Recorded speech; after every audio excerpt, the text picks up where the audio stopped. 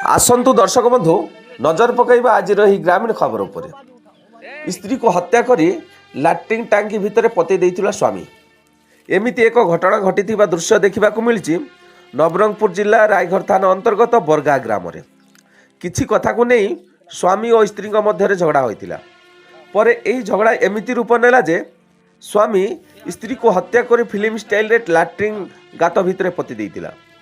हेले जानी रखिबा এই ঘটনার হত্যাকারী হচ্ছেন বরগাঁ গ্রামর স্বামী সুভাষ গণ্ড এবং মৃতক স্ত্রী হচ্ছেন মনেই গণ্ড। এমানଙ୍କ দুই পুত্র সন্তান থিবা বেলে বর্তমান এই দুই সন্তান মা ছেউণ্ড হয়ে যাইছন্তি।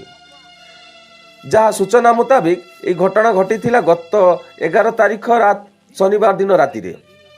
এ দুহিঙ্ক ঝগড়া পরে মনেই গণ্ড ঘরে দেখা যাও নথিলা। পড়োশী লোক মনেই গণ্ড দেখা যাও নথিবারু অভিযুক্ত সুভাষ গণ্ড को पचरा उचरा करथिले। हेले किछि कहू नथिला, कुआडे जाइछि कुआडे नाही मु जानिनि बोली कहूथिला। परे एमानंकर पुओ माँ को बाबा मारी कुआडे नहीं जाइथिबा कथा पड़ोशी संपर्कीय को कहिथिले। यह शुणी परिवार और ग्रामर किछि लोक एई सुभाष गण्ड को बांधी रखी पचारिबारु से डायरेक्ट कहिथिला मु मारी लाट्रिन रो गात भितरे मो स्त्री को पति देइछि। हेले गतकाली संध्या समय रे